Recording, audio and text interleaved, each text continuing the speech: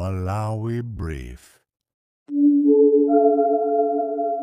Phungu wa dera la Lilongwe Nyanja anauza nduna za migodi kuti auze mtundu wa Malawi miyala imene yakhala ikupita kunja mu dzina loti ikayesedwe. Popitiriza ndi mafunso awo, a Steve Baba Malondera awuzanso ndunayi kuti itseke migodi imene yakhala ikugwira ntchito zawo popanda zoziyenereza. Koma poyankhapo nkhani anduna zachilungamo awuza phunguyo kuti kutseka migodi kumayeneka kuchitike potsatira malamulo. And there's no any other thing that we can do as a country apart from supporting the mining sector. This is what is going to help us earn more forex. Your Honor, the Speaker, listening to the Minister, I really want to ask one thing. Is the Minister communicating to this great nation that all this time this mine was operating without license? Is this what we're receiving as Parliament, as Malawi? Because listening to the Minister was just here, unless others were not listening. But listening to the Minister, it is very clear that this mine was operating without a license. Is this how we can do the things? Absolutely no. If we were to expedite the process of recouping a lot of forex for this great nation, there's a need to regulate. And there can never be a regulation without provision of a proper, functional, and legit license. Can we expedite on this? What if the committee or this Parliament had not gone there? It simply means the operation would have continued without a proper license. At this stage, maybe the question that we must be asking each other, listening to what the Minister was saying here, how many tons have been taken out of this country in form of samples? What is the value of such kind of things? As a country, how much can we recoup out of the samples that have been taken out of this country as just mere samples? These are things that we must be asking each other as a country. Your Honor, the Speaker, in my view, the operation of this mine must be suspended. Because as of now, even as it's in operation, Malawi as a country will not benefiting anything. We need to suspend this and make sure that we put up regulations, proper regulations, so that when they start operating, they're operating on the basis that Malawians are going to benefit. Because in this case, they are just benefiting at the expense of Malawians. And I would like to have a proper audit of how much has been taken out and how much are we supposed to gain as a country. And the Committee of Mine and Natural Resources has to go back, maybe give it 30 days, to at least inspect and have a proper overview of whatever has happened. Otherwise, we'll keep talking and turn Parliament into a talk show, but we're not biting. It is time that this Parliament has to start biting so that as a country we can start regaining something out of these malpractices. I would like to propose, Your Honor, the Speaker. I don't belong to that committee which did this, but maybe you give it 30 days, Your Honor, the Speaker, that they must go back and do a serious work so that out of that, Malawians can start benefiting. And everyone can start benefiting from the forex and have a lot of services which we are facing problems. With these remarks, Your Honor, Your Honor, the Speaker, I would like to thank you for recognizing the people of Lilongwe Nyanja constituency, and thank you so much for the opportunity. Thank you.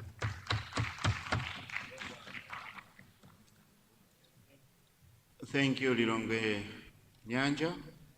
I see. Maybe, Your Honor, Speaker, sorry, my apologies. Yes. When we're talking of this mine to be audited, kindly consider that that committee must go round to all the mines to check what is happening there. Because if we just pick one, it will be seen like we're being personal. But let's audit all the mines and have a clear picture of what is not happening and who is betraying who. And when we do that as a country, we'll be facing the future with hope, without involving politics, but just making sure that we're doing these things. Thank you so much, and I wish you well, my dear brother, what a Minister of Mines. Thank you.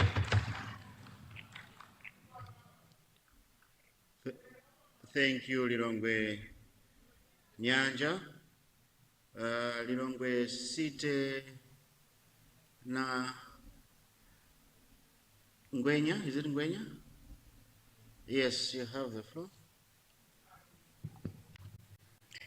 Thank you, Right Honorable Speaker. And allow me to thank the Honorable Minister for that very clear statement and addressing the concerns raised by the Committee on Natural Resources. Firstly, Right Honorable Speaker, on the issue of a license, currently, my understanding is that they currently hold a medium license, and that you're now scrutinizing the data that's being provided to see whether it can be upgraded to a large mining license.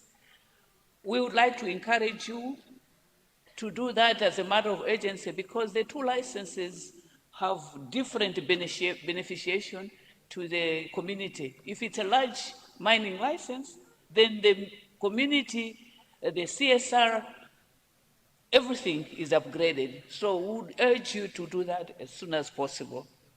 On the issue of the laboratory, strengthening the capacity to analyze minerals in this country, as we sit here, in as far as the committee is concerned, I think we only have one laboratory, and it's not accredited, and it's at must. I just want to find out from the minister whether this laboratory can, whether all the minerals in this country, because it's not just gold, it's not just rare earths, we have niobium, we have titanium, we have all manner of minerals. Can all these tests be conducted at this one laboratory, or we need to develop other capacity? My other question is, we've seen our people coming from South Africa.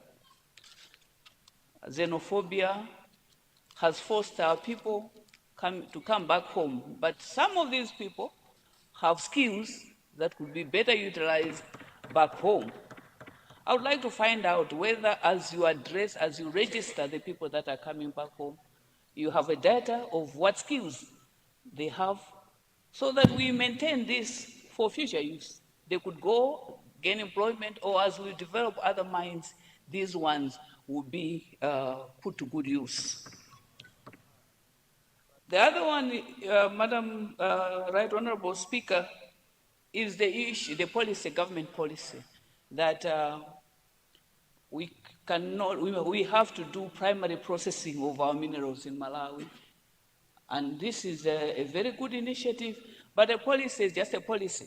And we have a lot of minerals in Malawi. It would be naive to think that we can do all primary processing in Malawi. Which ones are priority for primary processing in Malawi? Because not everything, from what I gather, rare earth, there is no country that does primary processing of rare earth outside China, which means we'll still be forced to export raw materials in as far as rare earths are concerned.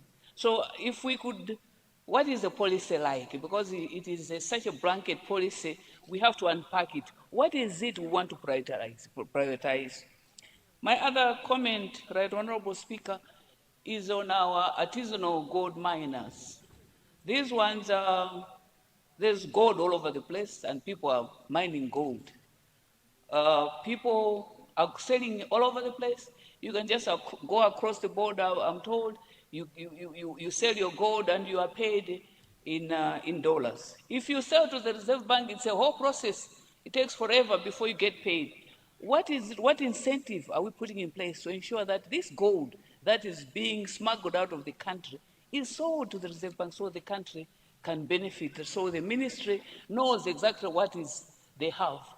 Thank you very much, Right Honorable Speaker, for allowing me to raise my concerns. Thank you. Whether the export ban on raw minerals as directed by the President still stands with the Kangankunde or mine, or there is a special arrangement with that mine, because it showed they had 2 letters. The other one bans the export, the other one allowing them to export. So I just wanted to, for the sake of maybe the media, to capture it clearly, whether the ban still stands on the export of raw materials on the Kangankunde mine. Secondly, Mr. Speaker, sir, I wanted to find out through the minister, maybe with the help of the Minister of Justice, whether there is any danger with the Rift Valley mine, which is registered in Malawi, but under Australian Stock Exchange, it is listed as Lindian. Are we benefiting anything if the proceeds goes to the owner who has 100% ownership of the mine, yet in Malawi it is under Rift Valley, while on the Australian market, stock exchange is under Indian? What are the consequences? Do we have benefits from the proceeds? What is the law in terms of guiding our minerals? Thank you, Mr. Speaker, sir, for an opportunity to raise these 2 supplementary questions. I see, Leader.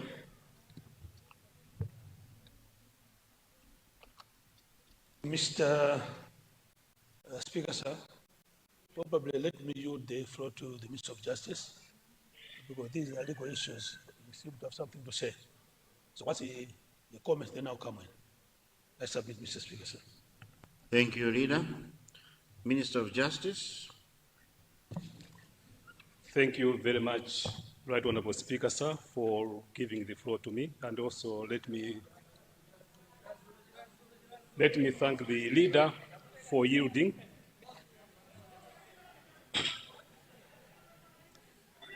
Mr. Speaker, sir. Can I have order?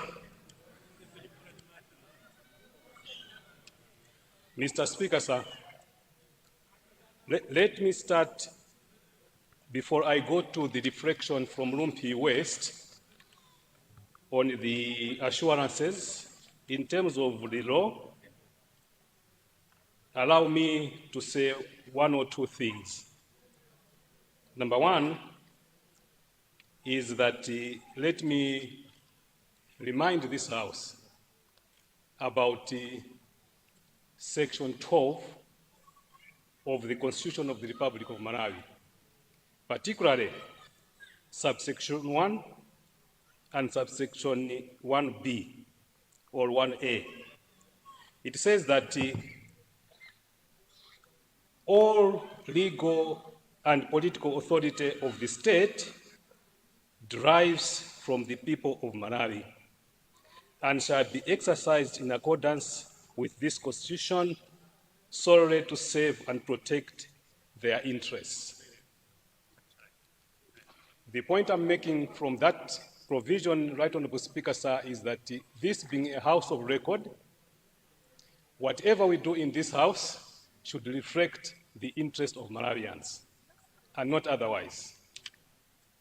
For that reason, Mr. Speaker, sir, let me also remind this House about the separation of powers.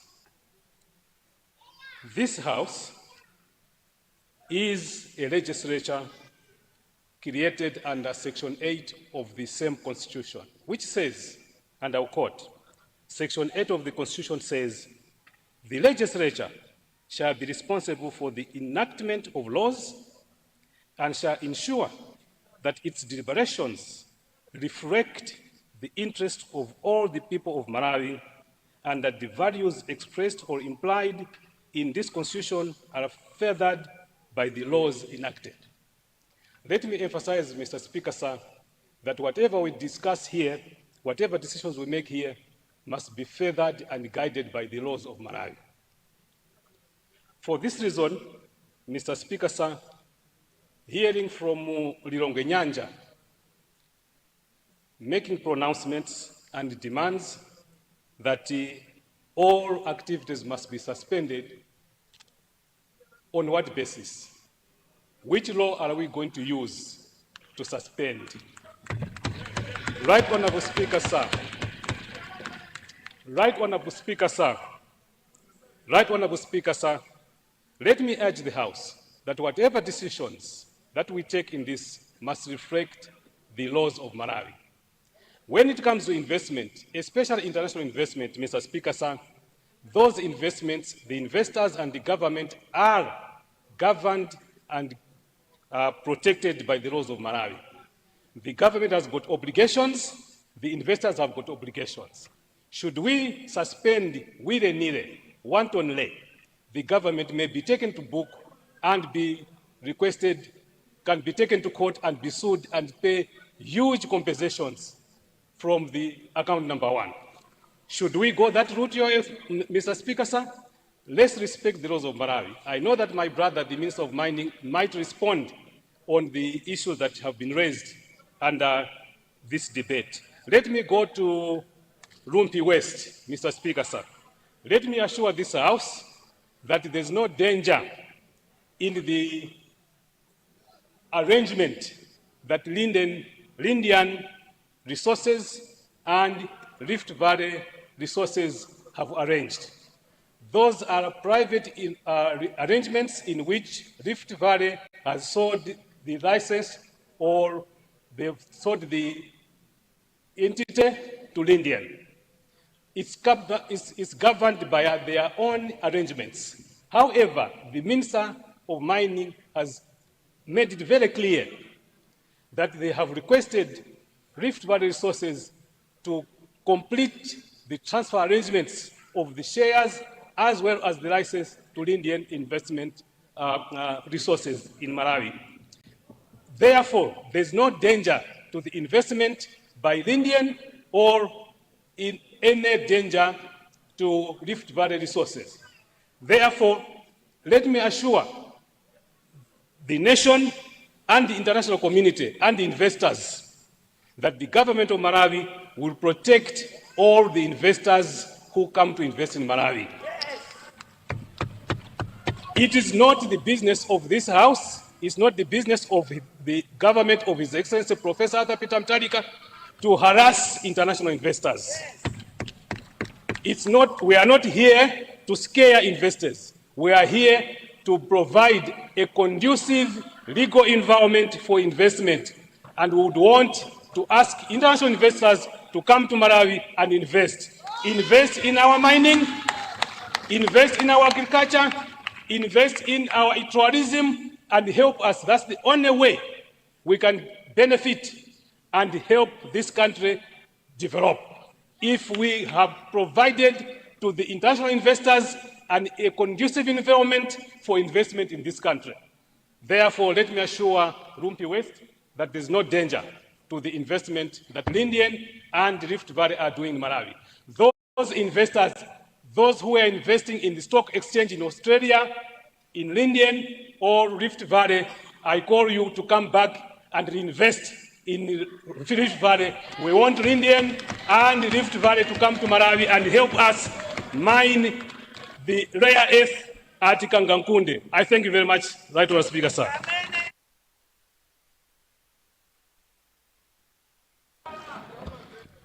Thank you. Yes, Leader. Mr. Speaker, sir, I beg to move that debate on the statement be curtailed in order for the minister to wind up. I beg to move. Thank you. Before I give the Minister of Mining, I wanted to bring attention to the Minister of Justice that if you check the Constitution, 66 D and F, the powers of Parliament exercise such other functions and powers as are conferred on it by the Constitution or by an act of Parliament. F, exercise oversight over government's revenue and expenditure and oversee the exercise of powers and functions of the executive. Our job is just to provide oversight. It's also in the Constitution, and we will not relent. We will provide oversight through our committees. I thought your statement was more like diluting our powers. Honourable Minister, it is in the Constitution, and it's only right that I remind you. Thank you. Minister of Mining, you may wind up.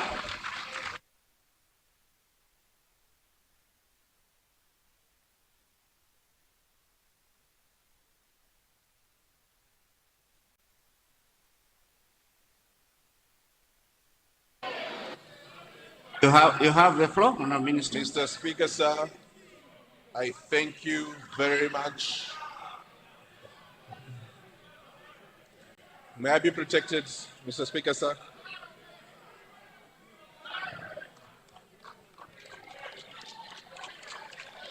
Let me have order. Mr. Speaker, sir, thank you very much for giving me the floor. Can I please have order? Honourable members, we are all honourable members here. Let's pay attention to the Minister. I am very glad this morning, Mr. Speaker, sir, to see the passion that we have, especially for the mining sector. This can only be encouraging. I've also been made aware of the questions that have been raised, and more than anything, Mr. Speaker, sir, most of the questions that have been raised, they pertain to a lack of information that as people we have. So sometimes we tend to want to act in a manner because we have not got the relevant information for us to act. In that sense, we've made it a point in our ministry to ensure that we put communication at the heart of the agenda so that we as a people, especially as Parliament, that when we do make decisions, these are very well informed decisions that we can then serve our people better and not emotional decisions. When I say this, I am a whole truckload of a lorry. You can get a whole lorry with a mining sample. And from that sample, you can only get maybe 0.5% of the actual rare earth from it. So you need very big samples in order for you to export. I'm not saying that there have not been any, there have been other people who have abused this, but for the most part, we have to really learn, and all the samples are governed by the laws of Malawi. So again, I think we will need a whole day to capacity build on how mining sector works, because there's been a lot of misinformation, and I know that it will be very simple for me to sit here and win political points, but it will not help the Malawian people going forward. I would rather help the Malawian people get the best deal for the Malawian people to ensure that we are very well protected. We welcome the diaspora to come in and help us with the mining sector, as we are sure that it is a very young sector. So as Lilongwe Nyanja put it, if there's anyone out there with knowledge on the mining sector that can help us, there's so many things that we need help with, we definitely accommodate that. Rumpi West, when the investors make money on the Australian Stock Exchange, that money comes to Malawi and that money is spent in Malawi. However, we are also talking to investors to ensure that they also list on the Malawian Stock Exchange. And this is something that we will see, so that Malawians benefit and Malawians can also take part in the mining sector. There's quite a lot that can be shared. There's quite a lot that needs to be shared. We'll be going all out on a campaign to ensure that our people know what we're doing in the mining sector. But unfortunately, there has been a lot of misinformation in the past, and this is something that, as a government, we can only work on, because we'd rather work with facts other than emotions. I submit, on, Mr. Speaker, sir.